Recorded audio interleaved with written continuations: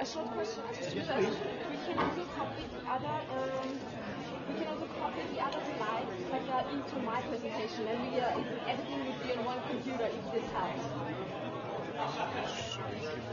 So on my computer, there are now like the slides from the beginning, and then my slides. And currently we would then switch computer.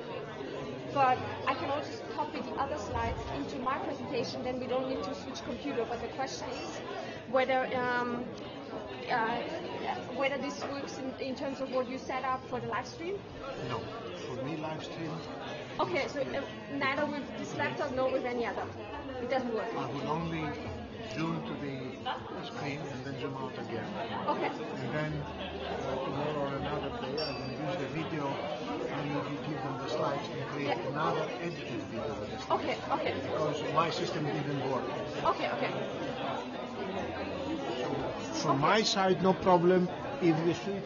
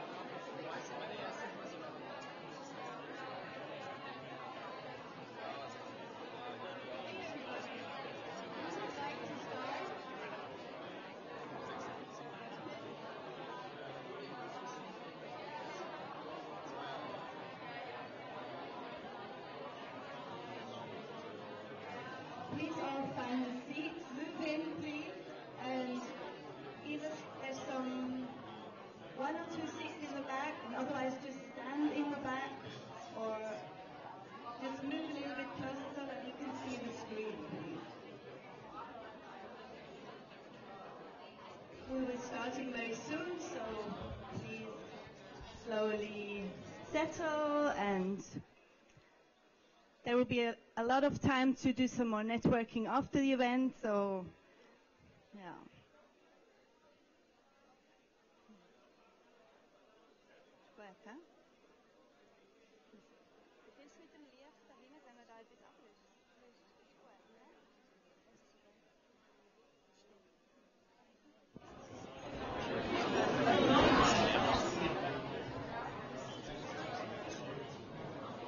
So, good evening, everybody. We are super excited to have so many of you for our final event of WeShape Tech in 2018. This event is very special to me because it's on a topic I'm working on and I'm burning for. It's on augmented reality. I am Petra, a board member at WeShape Tech, and I work at Google. I see myself as somebody who builds bridges. At WeShape Tech, I build bridges between men and women. At Google, I build bridges between external partners and internal engineering and product teams. And ultimately, I'm building bridges between the digital, the virtual world, and the real world. WeShape Tech is currently present in Zurich, Bern, and Basel, and it would not be possible without all the dedication and all the doers, creators, shapers who are behind WeShape Tech.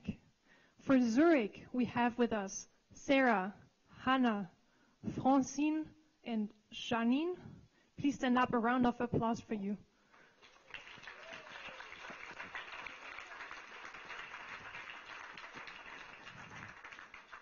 And from Basel, we are super excited to have Melanie and Eileen with us.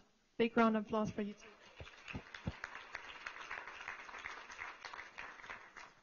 So WeShape Tech's mission is to bridge the gender gap in tech.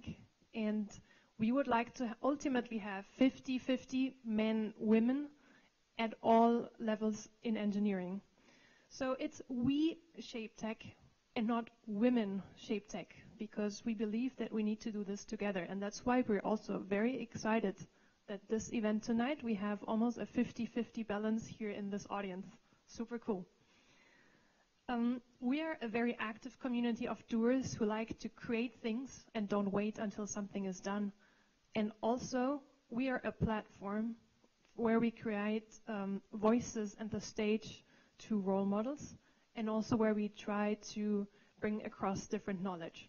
So tonight, we're gonna have 4 extraordinary and inspirational leaders who both have exciting careers. You like that? As well, who have exciting careers and who work all in augmented reality and can talk about content that is super exciting. So.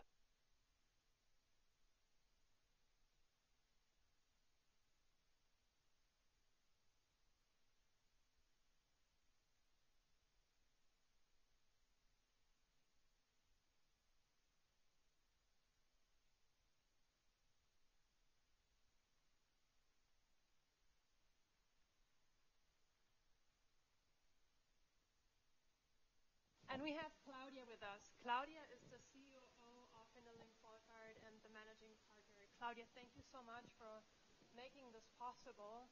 We would like to provide the stage to you for an introduction on your behalf.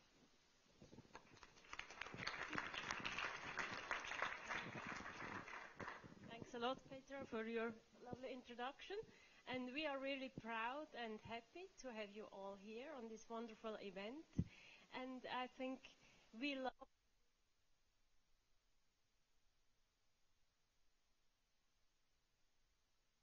tourism and also Hilsel and Tibbets, as you can see in our catering.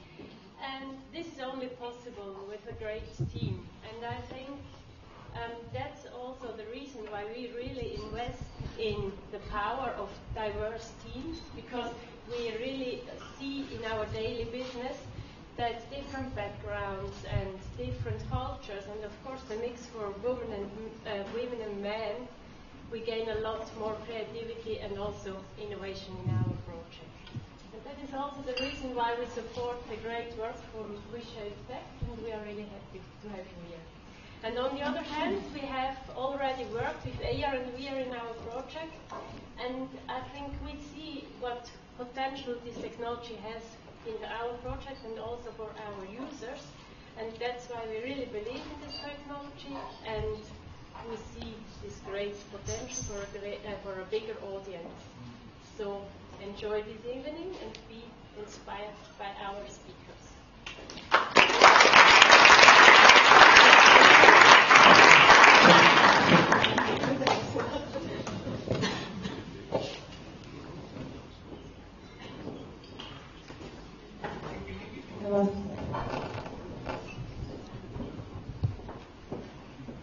So we would like to start with the first inspirational speaker we have for tonight, Judith.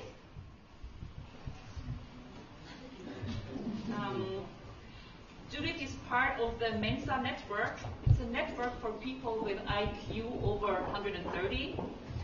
She holds a PhD degree from ETH Zurich and a master's in research from the ANS study. She has worked in industry for top-notch strategy consultancy firms in Berlin to found her own startup called Curation that leverages knowledge in AI for fashion recommendations.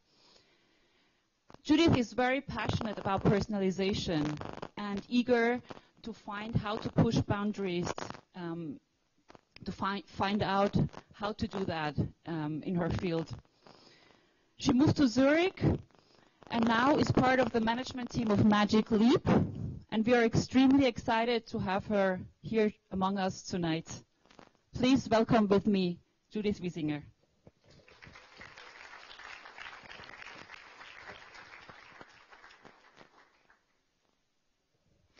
Thanks for the lovely introduction. Great to be here. So everybody is unique in his or her own personal thinking. And trust me on this, I was born triplet. Wouldn't it be awesome to be addressed in exactly the way that matches our personality? Two of our old and fundamental needs of humanity are the need for information and the need for communication. To fulfill these needs, we have gone a long way of innovation, starting all the way back with basic smoke signals, then the innovation of printing press and the telephone, until we developed the first computers and the internet. Is it better with the microphone or without?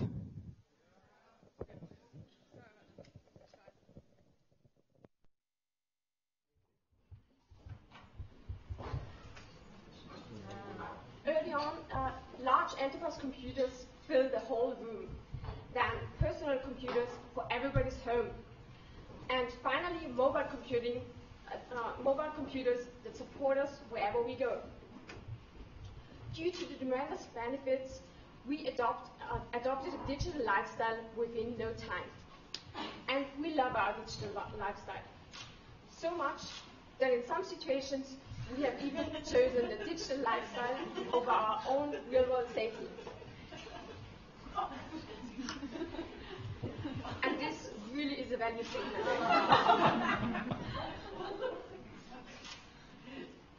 To further improve our technological support, we will go from screens of various sizes in our hands and around us, whether this is a mobile, a tablet, a laptop, or a TV, to one unique display right in front of our eyes. Welcome to one of the most advanced devices that will make our screens obsolete. I'd like to share a few things that this technology is able to do, which some of them you wouldn't have expected. So with a display right in front of our eyes, Magic Leap 1 allows us to watch TV without any physical TV. Instead, on a virtual screen of the size and the position we desire. So no more discussions what best spot on the couch or what to watch. So that's much easier. But Magic Leap is not just a display. This device is capable to understand our environment.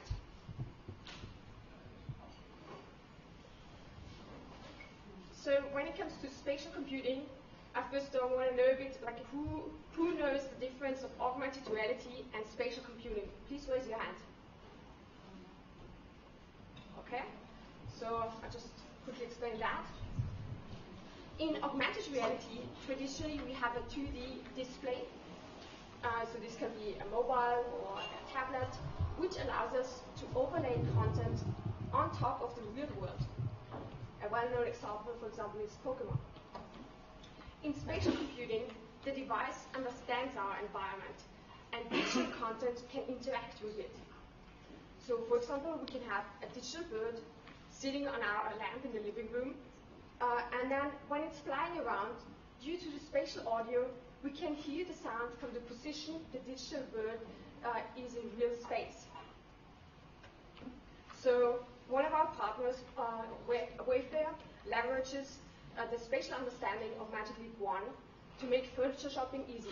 So you basically have the displayed showrooms, and then you can just pick the elements to enhance your homes and see it in the right size right in your home or wherever you want to place it. This makes the creation in the future also much easier, so you don't need to argue anymore, and you can just change it. Oh, now I want to have a yoga session. Why not have a Chinese garden or Japanese garden to feel all zen? But moreover, Magic Leap 1 does not just understand our environment, but it also understands us better than any other device. So Magic Leap 1 is capable of sensing human input and expressions. This includes our head movements, our voices, our gaze, blinks, pupil dilution, and gestures and actions. So this is of great use, for example, when it comes to remote communication. Imagine several people in a conference room and a few just remote added to the discussion. ML1 allows a digital presence in the room and to understand communication cues. So it won't happen anymore that somebody just is about to start to say something and somebody remote who missed the cue or vice versa. It's so much more interactive to literally have everybody present in the room, whether it's digital or really in real world. And additionally, we are developing human-centered AI that can guide an intelligent agent, whether motivated for communication, education, or entertainment.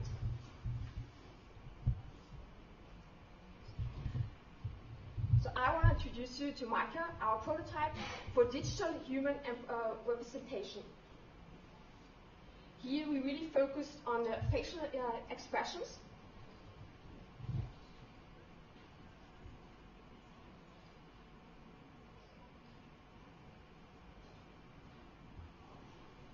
Because we wanted Micah to behave in a believable way. Like literally above all else, her facial movements are what connects us to her.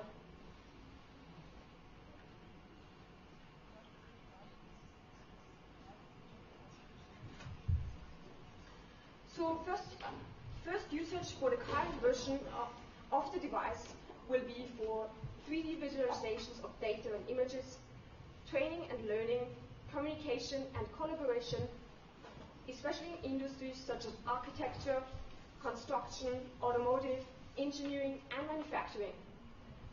And I'd like to know and invite you to think about a use case that you would love to see, and let me know during the evening. Thanks a lot.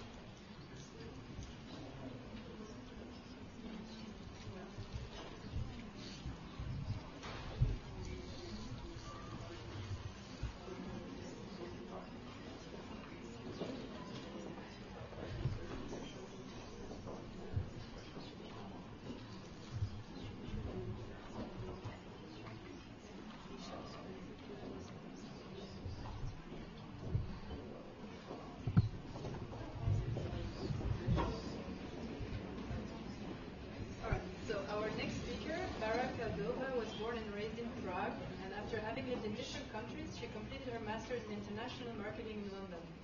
She has previously worked in pharmaceutics but moved to Zurich to join an early-stage startup, Nomoko, back in 2015. Nomoko builds technology that allows 3D modeling at centimeter accuracy of large areas with the goal of modeling entire cities and providing a platform to build solutions on top of this new kind of volumetric data, allowing anyone to create new kinds of digital products. At Nomoko, Bara focuses on strategy and communication. She is passionate about psychology and leadership science. Please welcome Bara on stage.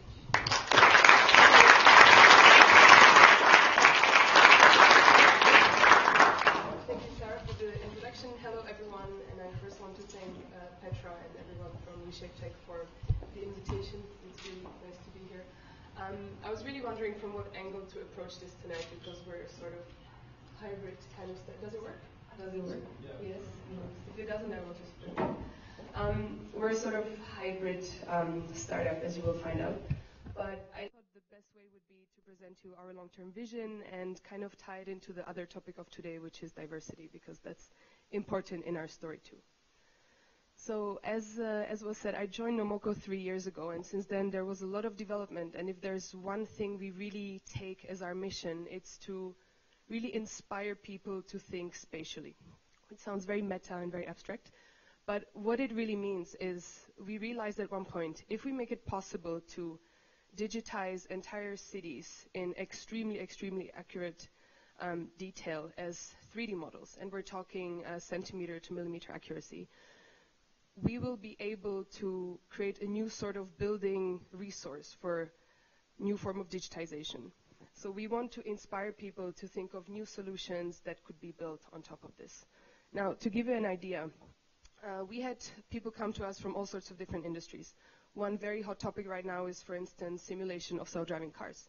Because as we know, it's very hard to simulate in real time enough kilometers to have a viable system. And I mean, a lot of companies, some of them present here today, have been on this task for a long time, and they know how challenging it is.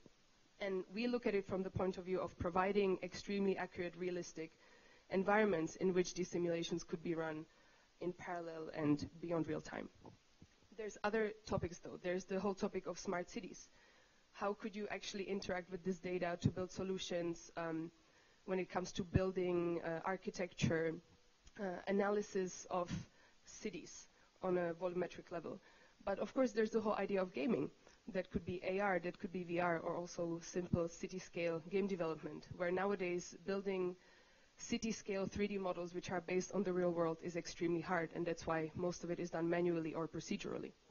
And of course, there's so many other examples, and we are always shocked to, or very nicely inspired, good ringtone, we are always really, really happy to see when people have this spark in their eye and they're like, oh, I could do this and I could do that. And this is really what we love about the job. It's to inspire people to think of new things and really consider 3D as a new type of building block for the future. Now, what do you need as a basis? As I already hinted at, you need a very accurate digital representation of physical space, and at the same time, the ability to interact with it. Because just having a static 3D model does not necessarily lead you that far unless you're able to interact with it, unless the data is segmented, unless it contains all the relevant information. So this is what we have been up to in the past 3.5 years now. We have started from the angle of developing technology which is made to capture cities at large scale at extreme accuracy. So we have developed a capturing device, a camera with around 1,000 megapixels in resolution, and a 3D modeling pipeline which is made specifically for the kind of data we generate, because as you can imagine, it's a lot of data. And through photogrammetry, which is not something we have invented, we generate extremely accurate 3D models. And our long-term goal is really to make sure this is as optimized as possible and as scalable as possible. And this we can do because we fit it on a drone and fly around. Now the second step, and this is the phase we're entering now, is to create the digital twin. The digital twin is a topic which is quite common in IoT, so it's not our term, but the way we define it is our extremely accurate 3D model with integrated information that can be referenced in 3D space. So that could be weather, traffic information, anything that you could try to plug into a 3D model and get more insight out of it. And for each client, that will be a different digital twin. So if you're someone interested in analyzing traffic flow or analyzing how some toxins escape when they go up in the air, depending on which floor you're on and whatnot, this will depend on the use case you have. And so there's no one digital twin as such. And of course, our long-term goal is to enable the creation of what we call spatial apps, experiences, and solutions. So any sort of application or experience that relies on an extremely accurate 3D model of the world around us. And our job is to provide the tools to let people be creative and provide them with the data they can use to do all of this. All of that in the form of a platform. And that's really our long-term goal. Now, today the topic is AR, and I forgot to mention that we kind of consider ourselves as industry agnostic, in the sense that for us, the topic is 3D on a city scale, which is something we believe will be used in so many different industries. As I said, we have people coming to us from the car industry, from smart cities, from architects, game developers. There's really so much variety, and we realize the connecting kind of link is always 3D data, the way we make it. And for AR specifically, we know there's one of the challenges in AR when it comes to bringing AR outdoors is how do you get very precise geometry from all the buildings.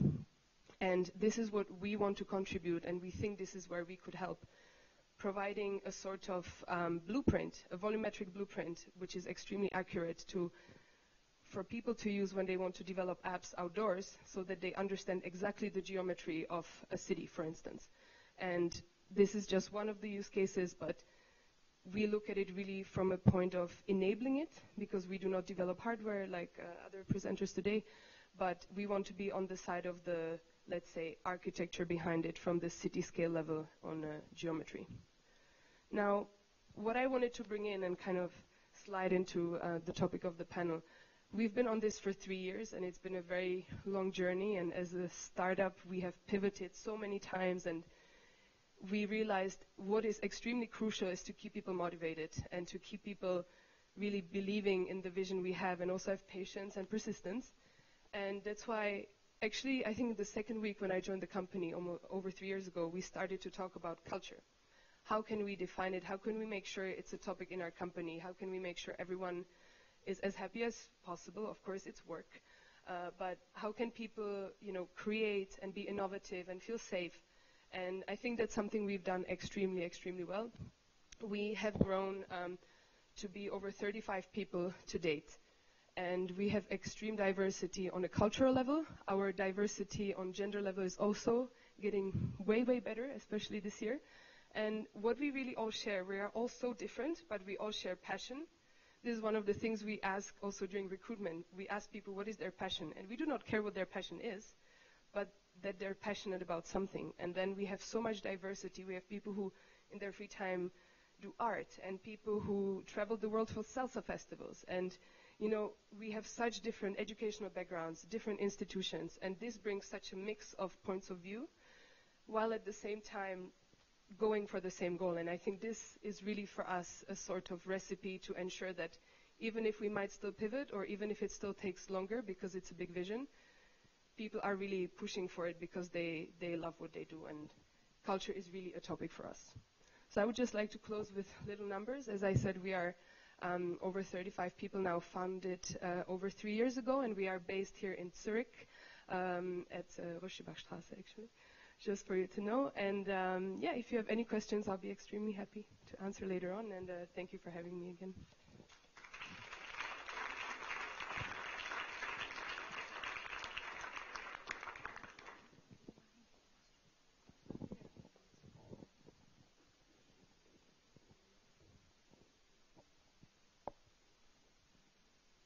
So I'm going to introduce our next speaker, Julia. She graduated from the prestigious École Polytechnique, where she was the president of a lot of associations.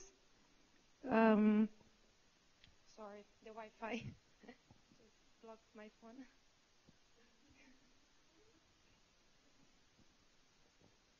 Okay. She did a second master at EFPL in computer graphics.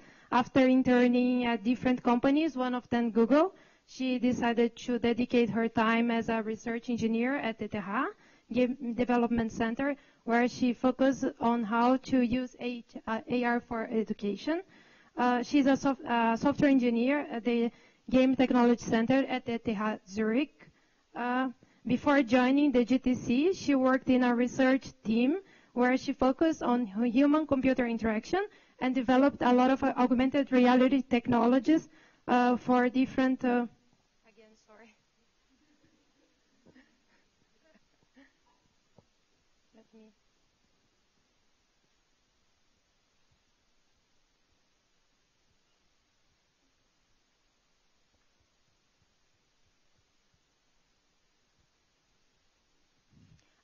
At the GTC, she participates in diverse projects, including the Gnome Trader, a citywide game, and the Game Creator, a mobile and visual tool to facilitate video game prototyping. She's interested in designing technologies for visitors' empowerment and education in public spaces, with a really strong focus on gaming, augmented reality, and localization. Besides her work, she helps organize events like the Jungle Girls to promote computer science and mathematics. Welcome, Julia.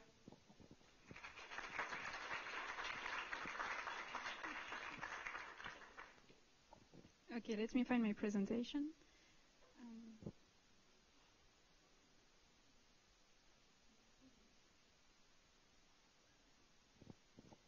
Hi, so I'm Julia. I work at the Game Technology Center at ETH. I'm very happy to be here tonight with such awesome speakers. I'm going to describe a bit who we are and what we do, and then my personal view on AR and why I'm investing my time in that.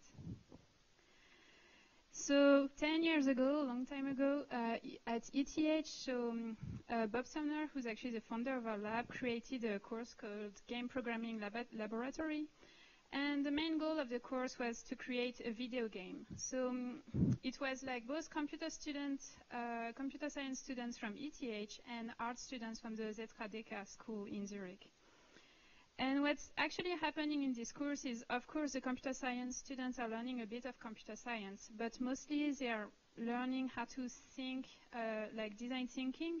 They are learning how to collaborate together. They are learning how to manage a project.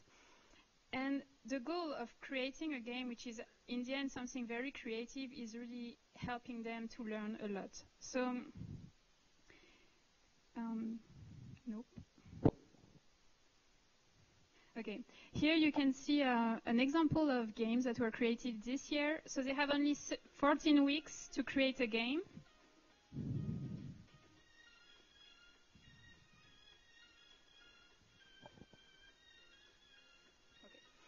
And you can see the games are very different and very polished for some of them, and some of them are even available to the public. So that means in 14 weeks they managed to be engaged in an activity good enough to create a full game. So with that, we figured that a creative activity and video games can really help learning and collaborating in a creative way. So we created a team to see how we could use these video game mechanics to enhance like learning and creativity. So we are even more people than this now, but those are all the pictures I had. So now I want to show you what we're actually doing and a few of the projects we've been working on. So the first project we actually worked on is called Augmented Creativity. I know some of you already saw it, but you can, if you want to try it by yourself with your friends, you can just go on augmentedcreativity.ch. You can download and print all the materials and try it by yourself. But right now I'm going to present what I can present. So for the development of children and the education, it's very important to keep traditional, tangible activities and creative, such as coloring. It's very important for kids to manipulate 3D objects and create things with them. And sadly, with most of the education app we have nowadays, it's focusing on the virtual world. You're only like swiping on this flat screen, and you're losing this very important component. And at the GTC, we truly believe that it's something we should keep, and we can use augmented reality to bring it back. So, yeah. in that project, so the coloring book, you get different papers like that, and you can color it, like with regular paper, regular pens, and then using augmented reality, you can apply your coloring to the character. And then we have an algorithm that's also like guessing how the child or the adult, I don't know, might have colored the other side of the character. So you just draw on the paper, and then you have your character that looks like what you actually created. Then another strong focus we had is museums, because for kids it's very important to have like embodied way of learning. They need to move around, they need to manipulate stuff. And when you go in a museum, you just look at the paintings, and for the kids sometimes it's hard to apprehend. And when I was a kid myself, I used to play this game, so Artus contre le démon du musée. It's a French game. I had to make this guy with those fruits, so it was a little puzzle, and I had to move the fruits around and make the face of the guy. It was a lot of fun. And when I grew up, I discovered that actually it's a real artist. And as soon as I saw this art, I had a very strong connection with it. I remembered moving the fruits myself and creating the artwork myself. And I wanted to learn more about it. And it's this kind of experience we would like to recreate. So the first project we had in this direction is called AR Museum. It's also on the app, so you can try it out yourself. And it's not launching. Okay, sorry. And with this, we're using augmented reality to let people modify the art themselves. So they can interact with different elements, change color, but also shapes. And that makes them focus on the different elements of the painting, but also be a bit creative about it and make their own emotional connection to the painting. So you can see someone being very creative here. And this works really well with the kids because they like to have finally the right to touch those big paintings they can't touch. So yeah, this was the first project. And then we decided that museums are very interesting for augmented reality. And we decided to go a bit further. So we were really lucky to be able to collaborate with LGT and the princely collections of Liechtenstein. If I can't say the name, I'm sorry. But so for this, we wanted to see how we could use augmented reality to let people learn about art. And mostly how we can use it in a meaningful way, not just to replace the audio guide by something that's not more appealing and more useful. So I'm going to show you different interactions we created.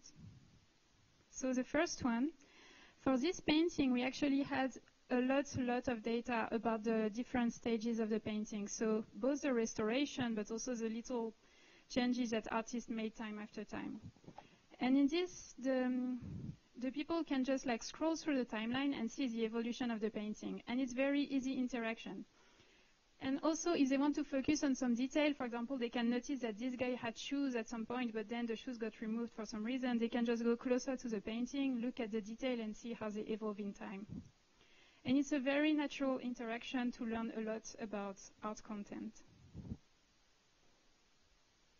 Then this other painting we worked with is actually a critique of how people were living at that time. And when you visit this, when you see this painting with an art curator, he or she is going to point at the details and tell you, this is because of that, and this is because of that. And we had the chance to actually have someone explain that to us.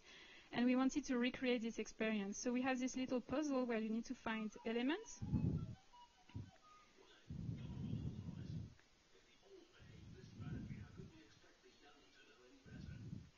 And yeah, then you have someone explaining a bit what's happening on the painting. And here again, the interaction is very easy. You just go where you want to learn something, and you learn something about it. And just one last example is we can also work with 3D products. So in this case, this sculpture. And here you can get the sculpture to be animated and learn about house breeding, which was very important in Liechtenstein. So I see now you can have a bit of an idea of how AR can be used for learning in museums, but I want to point on a few challenges that are important to me and also to the state of the art in that field.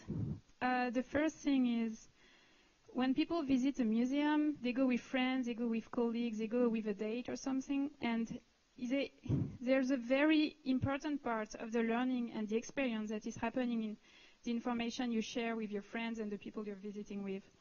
And actually, there's a museum who tried, it was a museum about dinosaurs, and they tried this VR experience. So you would put the helmet on, and suddenly you see the real dinosaurs. And they had another version of the exhibit, which was just a screen with dinosaurs moving around. And actually, what they realized is, with the VR, everybody was getting a bit frustrated because the kids were putting the goggles on and showing to their parents, like, look at this, and well, the parents would not see any of it. And it's really like, VR it was not ready yet for this kind of interaction. It was really breaking the experience, and they actually measured that the screen were more efficient for learning than the actual VR experience. So, yeah. Then I think an important point, especially if you want to work with artists, is to let the focus on the artwork. So what we don't want to happen is that the people are just looking at the tablet and they're only seeing the artwork through the tablet. And I think for that we have a few interesting things. So as I explained earlier, like you go use the tablet to see the detail, but then if you want to see an overview, like you don't have to move away. You can just look at the whole painting. And then you have two levels of information. One is the actual painting, and one is what is happening on the tablet. And I think with AR we can really tune this so we have both focus in a relevant way. And the last thing that is important for me and also for the field actually is that with AR we can create a personalized experience. So if you're interested in the style, you don't need to go through 10 minutes of audio guides speaking about the history that you don't care so much about. You can directly go to the information that's relevant to you. And I think that's a power of technology that we can really bring using AR. And so that's what we're doing. And before leaving you, I would like to give you a few thoughts for the future, maybe to like inspire you in what AR can also be used for. So in learning sciences, they are studying how people learn, and there's a theory that we could learn many things. We could learn science like swimming. So, for example, when you teach someone how to swim, you don't make them read like a 500 pages book about it. You take them to a swimming pool, you teach them a few things, you let them try by themselves, you teach them again, and back and forth. And many people believe you could also use this kind of technique to learn mathematics, for example, that are very abstract and need to stay abstract in some sense, but the entry point could be a bit more concrete. And I really think augmented reality could be used for that. And finally, among the people that study augmented reality games for learning, many of them are convinced that we could use those augmented reality games as a safe place to learn through failure. So how do we learn stuff? We try it, we fail. We try again, we fail faster until we finally get it. And in a video game, it's exactly what you can do. You try something, game over, okay, and then you try it again, game over again, until you finally get it. And I really think that using augmented reality, we could bring this kind of safe place into the real world and let people learn through it. Thank you for your attention.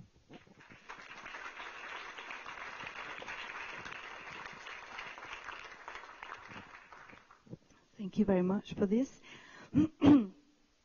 So, I'll let that sink in quickly. Just a short time. So our next guest is called Simon Linnen, and Simon did his master's at Technologische Universität München in mechatronics. Then he completed his PhD in the Autonomous Systems Lab at ETH Zurich with a focus on visual navigation and localization algorithms of robotics and autonomous cars. During the PhD, he started working with Google at a project called Tango. After joining full-time, he and his team focused on high-precision mobile phone localization as part of the visual positioning services. In talks at TEDx Zurich, Lift, Zurich Minds, and scientific conferences, Simon provided a behind-the-scenes view of the AR core technology, demonstrating latest capabilities and discussing the future roadmap of AR at city scale. So, big applause for Simon.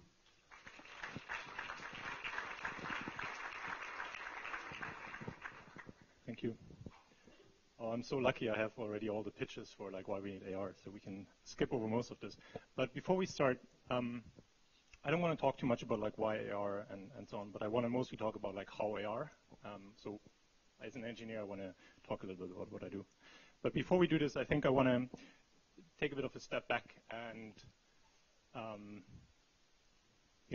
the older I get, I think the more I'm missing something. And I think what I'm missing is kind of like wondering about the marvels of the world. And there was an ad the other day that we did for Pixel 3. I don't know if you saw it, but it's a super cool ad. You should look at it. One of the directors in my org says like this catches him every time, and he watches it like I don't know how often. So this video is basically about children and how they wonder about the marvels of the world, and then how they use Pixel to annotate the world and understand what's there, like what is this flower and what is this animal and all of that. And of course, we kind of pitch this because we say like, we work on AI and the phone should understand what's around them and what they see. And I think that's cool, but to be honest, like phones today don't understand anything, right? They know barely where they are, and they barely don't understand, what you want. They lock the screen when you want to present something. So we came a long way, right? Like we put a lot of very huge sensors. So for instance, like this is from the 70s, like 1973. One of the first digital cameras. It had one of these. Some of us might not know anymore what this is. And then on the right-hand side, we have a thing that's called inertial measurement unit, which measures like linear acceleration, rotational velocities. And that thing flew the Apollo rockets to the moon. Probably super expensive. And on the right-hand side, you see where we are today. So this is a Samsung camera board that you have today in your mobile phones, and then is an inertial measurement unit, 50 cents compared to I don't know how many millions. That's measuring today how things move and allows you to play. So we were wondering for some time now at Google how we can bring this technology into mobile phones, and Judith talked a lot about this already, like about spatial computing, which is like the phones understand how they are moving. And on the left-hand side, you see kind of like the view of the phone. It's a wide-angle fisheye camera that observes the environment, and then on the right-hand side, you can kind of see the motion as understood by the phone. And it's pretty accurate today, and the phone can now, start at least to understand like a mouse how it's being moved around the building. You can, of course, start doing like all kinds of fun stuff with it. So 5 years ago, we put this onto the ISS on a small robot that is supposed to help the astronauts find their way around and do some like simple manipulation tasks. Because we don't have GPS there, we need to find other ways to navigate. So there is like kind of a wide variety of use cases once devices understand where they are. So you can put them on like a roller coaster. You can try to find out like how you're moving. A fun story around that, like that was also in 2014, and the other engineer and me on that project, we rode that thing 15 times during the week where there was nobody on that roller coaster. And I never thought it, but I actually gave up in the end because I couldn't take it anymore because, there was this kind of break. People came in, and then like 30 seconds later, it like went off the next thing. You can do sports tracking. I think we all get the idea of that. Like if you want to compare your speeds to other people, or you want to know exactly where you drove, mobile devices can track that a little better if they have a camera and understand the environment. And then, of course, you have autonomous driving and all of the things that we have today. So plenty of nice use cases on this, and Judith already showed a little bit what you can do in terms of furniture shopping. So on the phone, Amazon has an app now where you can also place like content in the environment and reimagine your house. So lucky me, I don't need to talk about that anymore. So one of the key problems, however, that happens is that the phones only understand kind of like the relative motion of where they started. So imagine I drop you in some random building, and then, on a swivel chair, and we turn you like 50 times, and now you need to tell me exactly like where you are. And that's, of course, getting harder the more you turn. And so one key capability that we need to teach the phones is to recognize places again. So what we do also, we memorize how things look like. We have our distinct landmarks if we travel to work, and then every morning we say, yep, I know where I am.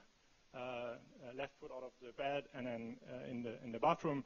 These are things that we need to teach mobile devices today. And the way we do this is pretty simple, which is we analyze a bunch of images, and in the images we find distinct corners such as, for instance, in this example, the top left corner of the door. And then we reason about where it is in space, which is what Judith called spatial computing. So we understand the geometry and the layout of the room. And then you can imagine that once we know where things are and how they look like, it's not that far anymore to trying to understand where you are now with respect to like a previous time that you visited the space. So if I show you a picture of Times Square and you've been in New York, you can probably reason about the layout of the buildings, and you can tell me where the picture was taken. So we just want to put that capability into a mobile device. So we do this a little more robustly. So over time, we capture many different appearances. So that door might look slightly different depending on where we see it from. And then we store all of that in a large database.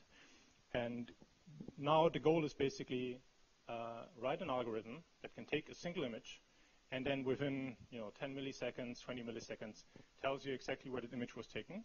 Because if you do that fast, you can start overlaying the content of the room. So imagine in this particular living room, we could start annotating like small notes on the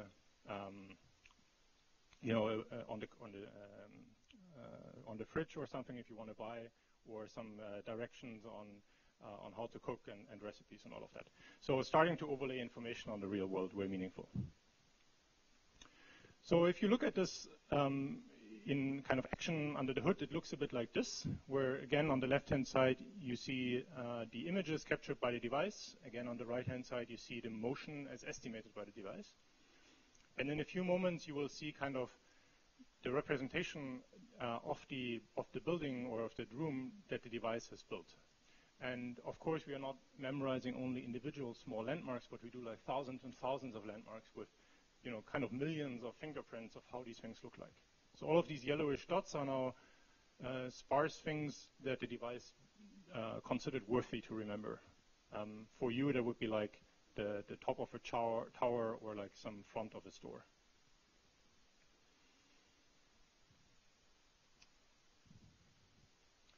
So, okay, what can you do with this? And like as mentioned, like I'm very lucky because most of it was already pitched. Museum is a very good use case, right? Like we want to find our way to this painting where we can then manipulate the nose. So it would be nice if like there would be kind of like blue dots on the ground that would guide us the way. And we deployed this quite a while ago, I think like 3 years ago now, with a company called Guidigo from Paris. And they made a few museums where today you can go and you can basically plan a route through the museum and get some guidance. And there are definitely museums like the Louvre where this would be helpful because they are so large. The other thing that Julia just talked about is like making exhibits more interactive for children. And I think that's really important. And our way to look at this is this thing here where you have an AR view and you can tap on different parts of the mummy, and then you can get like this X-ray scan overlaid, which allows you to like an inside look of that. And I think it complements perfectly with like the painting annotations and all of that. Very same idea, just now in 3D. So for all of this, of course, the device needs to understand where it is, and then we can overlay that content.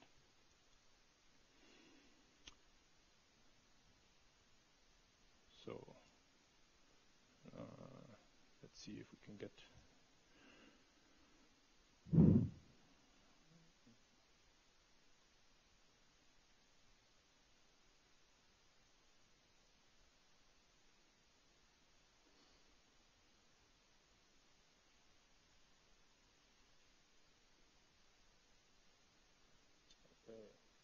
So even I don't know how to use our products. So the other big use case that we looked into is like shopping, of course. And for those of you who have been in like these big box retail stores where you need to find like that one tiny screw or that one door, that's also a problem that I think is kind of useful to solve. Like it's not really AR. There are parts of it that are AR, but it's mostly like looking at the underlying technology. And I want to show you a quick video that we showed last year at Google I/O in collaboration with Lowe's, and that's Clay, my former VP.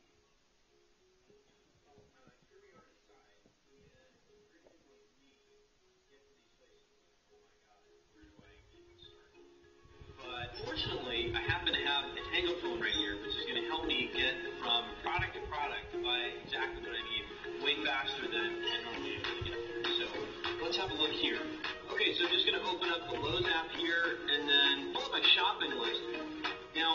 this stuff is all over the store, and normally you'd be like, where is any of it? With this, what I can do is just navigate, and my phone is going to tell me, okay, we're over this way.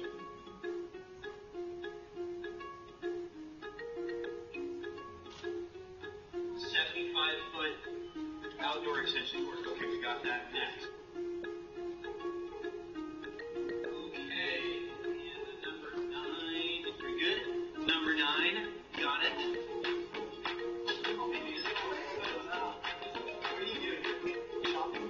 This is another Google GP, so they all hang out in big boxes underneath them. Google shop. Orange X-Bolts. Check.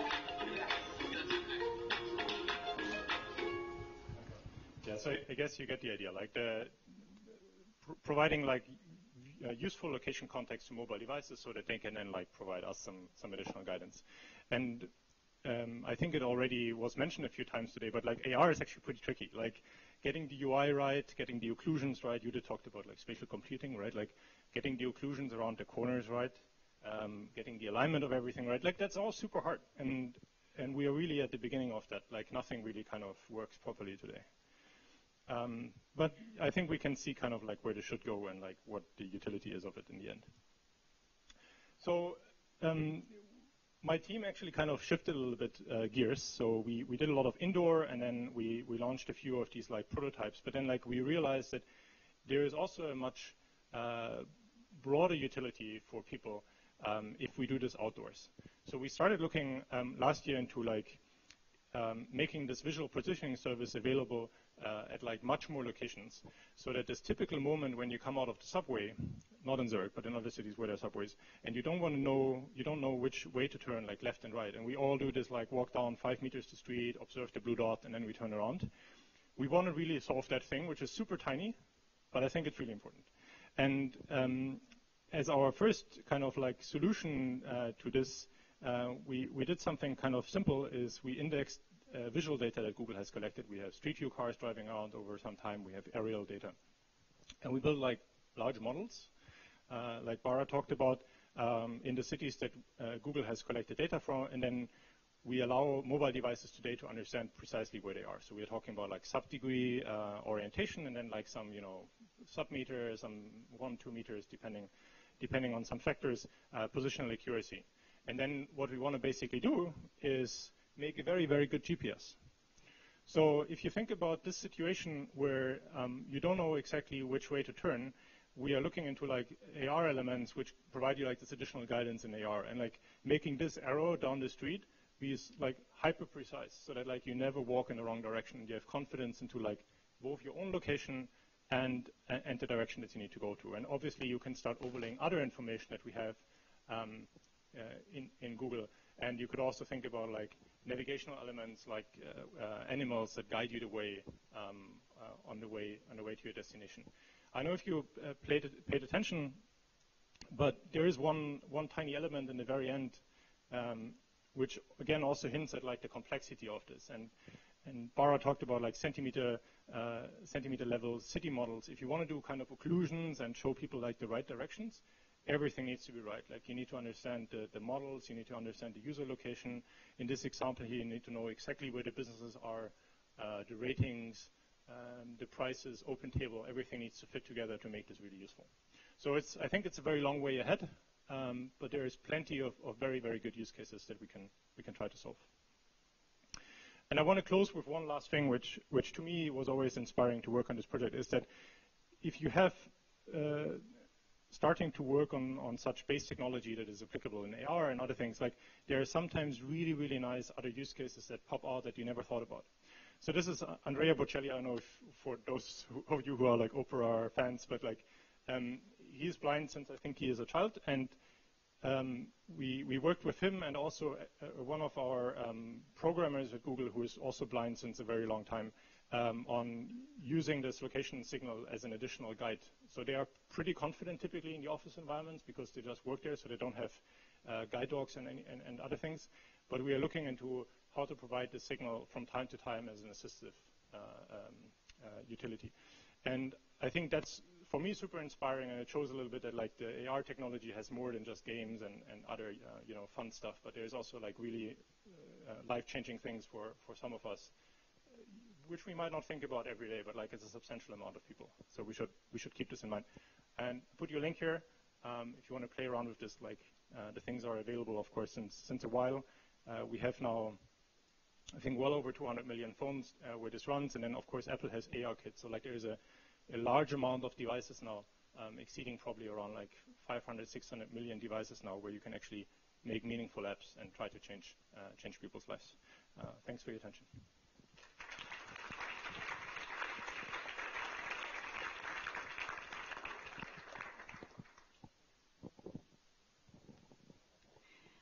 Okay, thank you very much. We're going to have a quick reset of the stage, so bear with us for a moment.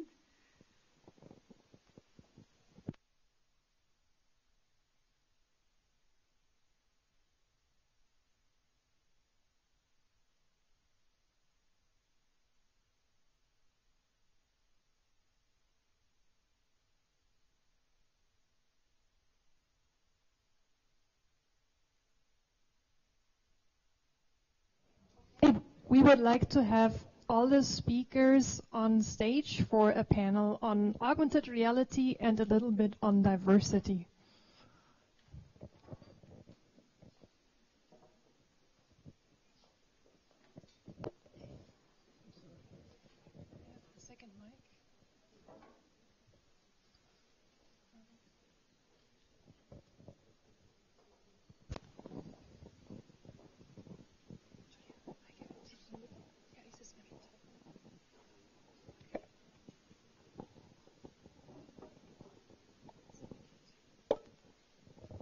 So thank you all for your very inspiring speeches. I think we all could have listened for a much longer time than that was, so thank you. We would like to talk now about the future of augmented reality, and our first questions goes actually to Julia. So you have the research lens on, and you see across all the different industries and all the different companies. What is your take on when will smartphone AR become very widespread? So when will it become commodity? So to me, I think with the AR, okay, with the kind of AR we do, the kind of AR we presented, we don't need we don't need such powerful phone. We can already do it with most of the phones that are out there. So to me, and then we can really improve it. We can make it more spatial aware, like it was described later, and things like that. But for the kind of applications we do now and we are targeting now, what we have now is actually already enough. And I think to me, it's more a question of, it's also a question of interaction. How are we gonna make it in a way that is easy to interact with and that is actually serving the purpose we want to serve?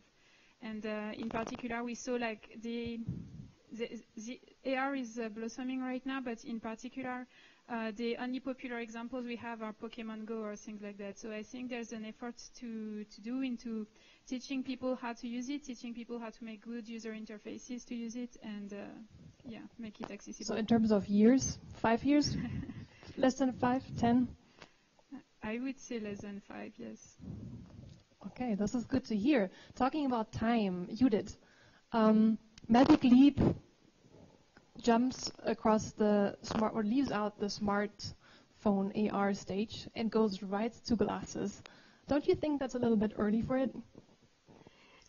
I guess it's definitely ambitious to go straight away and tackle that kind of problem because like you have the hardware, you have the operating system, you have like basically all together. But I think we already have good players in when it comes to AR on existing devices, like AR Core, AR Kit, and as a startup, you always wanted to go for something like totally new. And I think when it comes to the device, obviously it will still, like this is the Creator Edition that we launched, so it's not like the kind of device that we expect people to walk around with.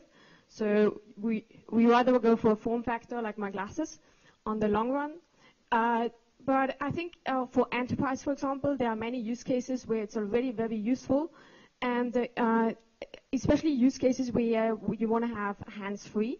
So, for example, in manufacturing or like so many others where you just can't like walk around with looking at a different screen, but it's more natural to just use glasses. So you think enterprise would be a first step to enter the market and then go to consumer second? I personally believe so. Okay, this actually brings me to my next question that goes to Simon. So Google is rather known to be a company that is rather consumer focused with search, maps, etc.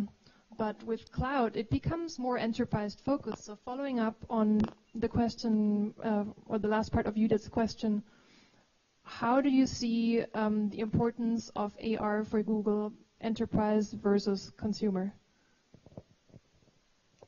Why do you ask me so hard questions? So how important do you see that enterprise will be for AR at Google? I think we have seen a few good use cases already. Like with Lowe's, we talked a lot about like inventory management and like tracking things. I think you and me have talked with like MediaMarkt, Saturn, and finding out that they don't know where the things are in their store, and like we can help with that probably. So I think I probably agree with you that for anything that's like enterprise, you want to have like a HoloLens or a Magic Leap, because you know the typical thing is like remote assistive use cases. So these are all very hard if you have to carry a phone. So I would say that like we probably do mostly consumer things, and then like where it makes sense, you know, of course you can try to do other things. But from a base technology standpoint, like at least like localization, you could deploy, of course, on any on any end device, right? So.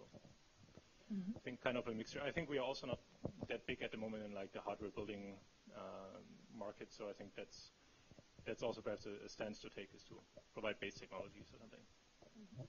Talking about base technology, Bara, you said that Nomoko builds millimeter accurate maps. How do you do that exactly? I have in mind that you use special drones. Maybe you can explain to the audience how you do that. Yes, I will give it in a, let's say, whatever I'm able to say.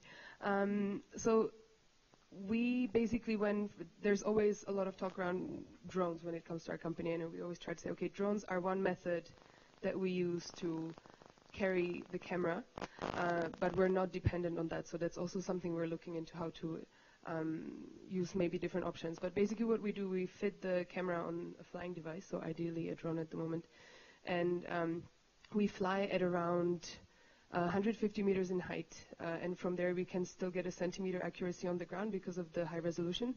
And that was basically the approach from the start. How can we get a lot of detail, because resolution in the end is the amount of information in an image.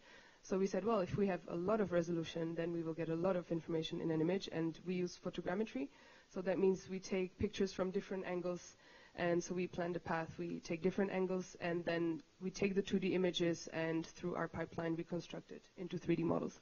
And the whole point is to make the process as automatic as possible so that you don't have to do so much post-processing, so that the models are dense, and you basically do not have to do all the work afterwards, which is very, very tedious at the moment. Yeah, so that's kind of like from a basic level, this is how we approach it at the moment. But of course, as you might understand also, there's problems with occlusions and all of these things. We cannot fly under a bridge and these kinds of things. So we know that we calculate that approximately 90% of the model can be captured or created from the imagery we take from air, and the rest we look for, let's say, more creative solutions, how to get the imagery from the ground. Cool. And you talked also about culture in your presentation and about lifting up diversity significantly. I remember like a year ago or so, I think you were the only women who worked at Nomoko. Now it changed significantly. Interesting for the audience would be, how did you do that? Can you share some magic tips that you applied at Nomoko that could also hold true for others? I would like to say that there's some magic trick, but it's not as easy. I think it's kind of a chicken and egg problem. We were in a situation at one point where I was the only woman with around 16 men in the company, and we were at the table and I was saying, we need more diversity, and the guys were like, but we're so diverse, because we're culturally very diverse. And then we realized, oh, there's more to diversity than cultural diversity, at which we were always very good. I think we try to not go the way of saying we need more women and kind of headhunt women to join us, because I said this is not, to me, how it works. It should work in a way that the culture is such that whoever the person is, they feel safe there, they feel comfortable, they feel welcome, and this is what we really try to make sure, that when people come for an interview or they hear about us, we remain authentic and we remain true to how we are in the office. And we are very, how to put it, we try to really make sure that it's a kind environment, although kindness is not a very sexy term, but this is really what it boils down to. And there was a tipping point where suddenly within 1 month we hired, I think, 5 women, and it was suddenly also the environment really changed. It becomes somehow different because you have, again, a different kind of look at whatever we're working on, and it was really, really great. So I would say really work from the start of the company, or really put emphasis on culture and on making sure that it's a welcoming environment for everyone. Thank you. Taking diversity a little bit broader, and this would be my last question for here. So diversity, or what can you actually do to anybody of you in the panel here? How can you take out the bias, for instance, if you create avatars that you have in AR? Any? Yes.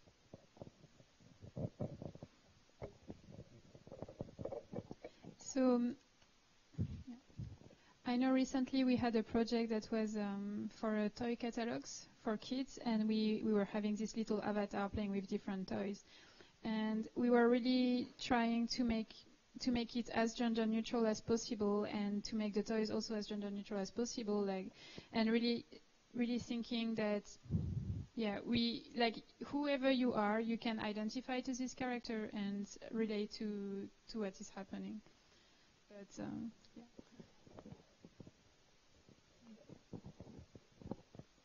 I think we need to change a lot of our education. Like, I have a 2-year-old son, and like, if he doesn't wear blue clothes, like, I get asked if it's like a girl, and I think that's like fundamentally broken. Like, that seems so odd to me, that like everything that, like, I chatted with my wife and she said like, oh, we can only buy blue stuff. Like, what's that?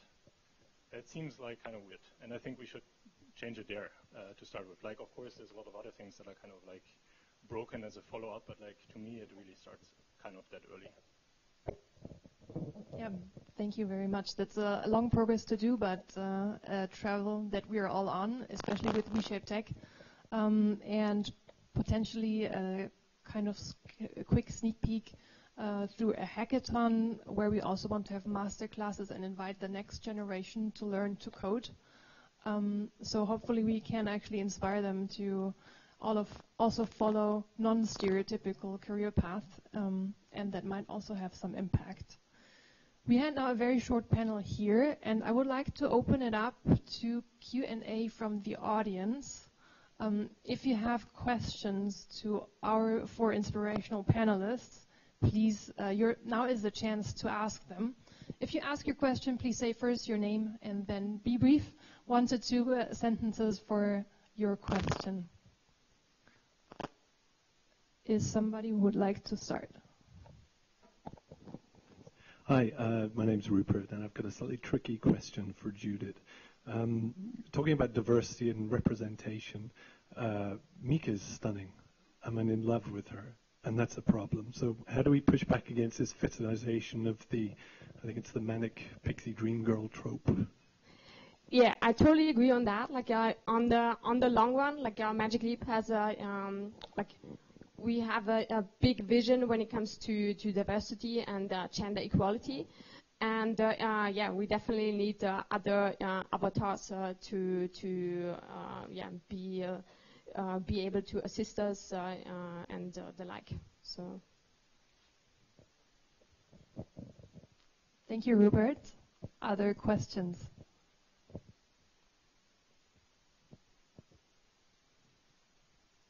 You're all hungry now already?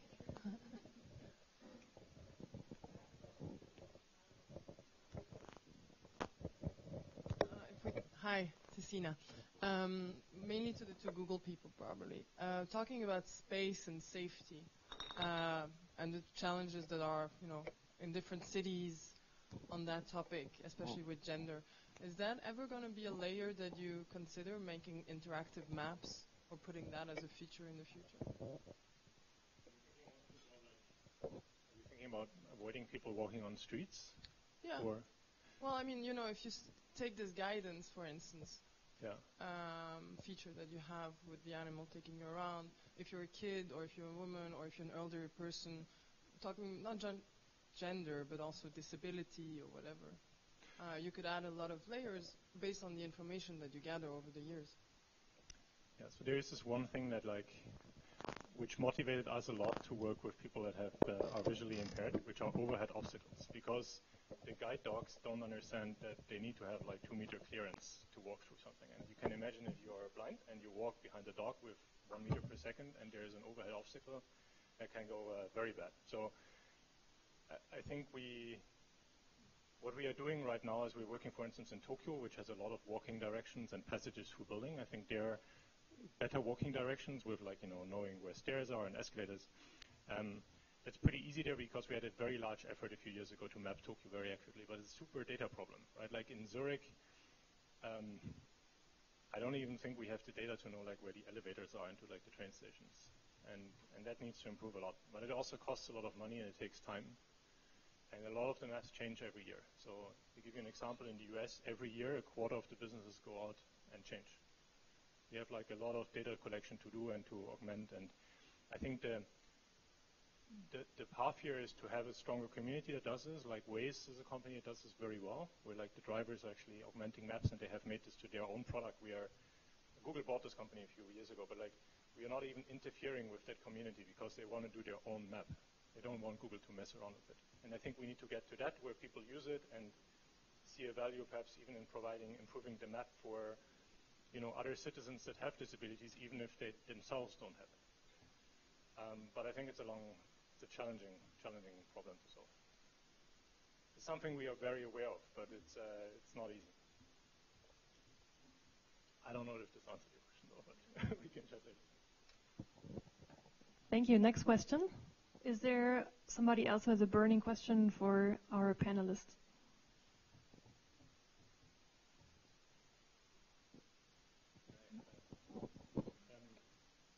I gave a coding talk to people from ETH, or not ETH, but from Kantonsschule, which are in the 13th grade. It was only 50 girls or something. And if you have a tech company, try to do that. It's super cool. You invite them over. I don't know, probably people at Google organize probably a lot of work, but I found this super useful. I spent a half afternoon with them, showed them a little bit what we are doing. And then we had a lot of people of them follow up with internships and so on. And I think that's a key part to get I don't know if that's true anymore, but if I remember my school time, programming was kind of a nerd thing. And if we fix a bit that image, I think that might already help a lot also.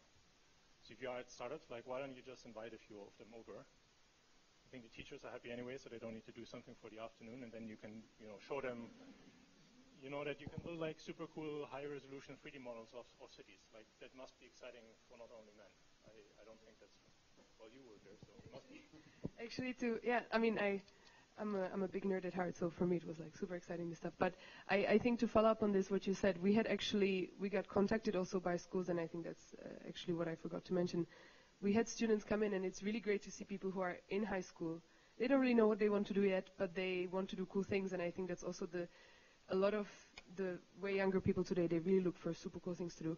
And it's not for everyone, and a lot of them will not be interested, but indeed a lot will be. And also another great thing, I was at an event a few weeks ago, which was I think organized by Girls in Tech, and there was a lot of women really interested in technology and coming from very different backgrounds. And in the end, it's participating in these events where you can really meet people who also just want to change careers, and they think this is a really interesting place to be. So, I can also recommend that.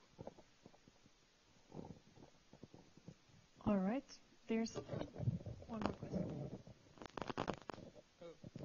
Oh, okay. This one goes to the Magic Leap representative. How do you see accessibility features integrating into the Magic Leap device over time? And what do you see as more of the prominent, or what do you see as more prominent areas to address in terms of accessibility on the Magic Leap device. So color blindness is something that the Macintosh very aptly handles. You can change the color of the screen. The entire color code for the for say Xcode will change for you, and that as a colorblind developer really helps me get my job done. Where do you see accessibility factoring into your device, and how do you see these features coming forward? So let me first better understand which kind of accessibilities would you like to have? I mean, for deaf or colorblind, just having used the device, you notice a lot of sounds used along with like click and click patterns, and that might not be an appropriate trigger for a deaf person, or you have certain color schemes that might not be completely appropriate for colorblind people. To be honest, I don't know the exact agenda on like when which feature is planned, but we are definitely doing something in that area. So yeah, stay tuned. Okay. All right, we could do one more question if there is one. If not, then I would like to hand over to Janine, and thank you once more to all our inspirational speakers. Thank you.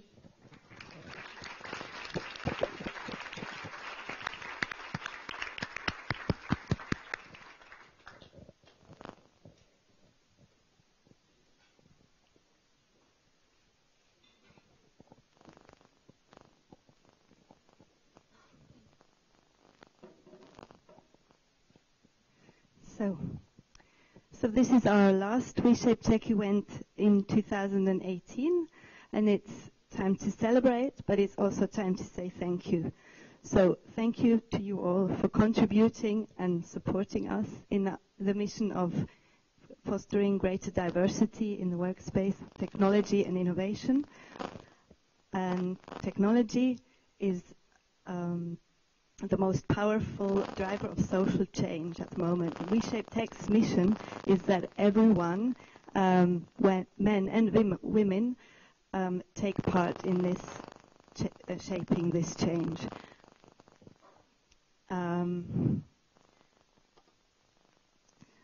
So in 2018, our 11 board members from Zurich, Bern and Basel, we organized 18 events, and we reached 800 participants.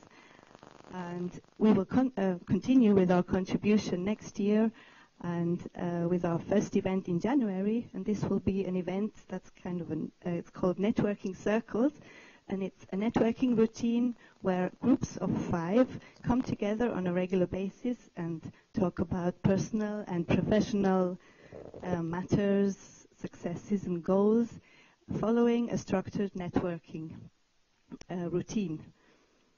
And okay, but that's in January, so let's stop working for now and celebrate what we've done this year. And this was my last line that I'm going to remember. Let me think. Well, basically something like, enjoy Christmas with your friends and families, and we really hope to see you in the new year together with WeShape Tech. Thank you very much. Enjoy the opera.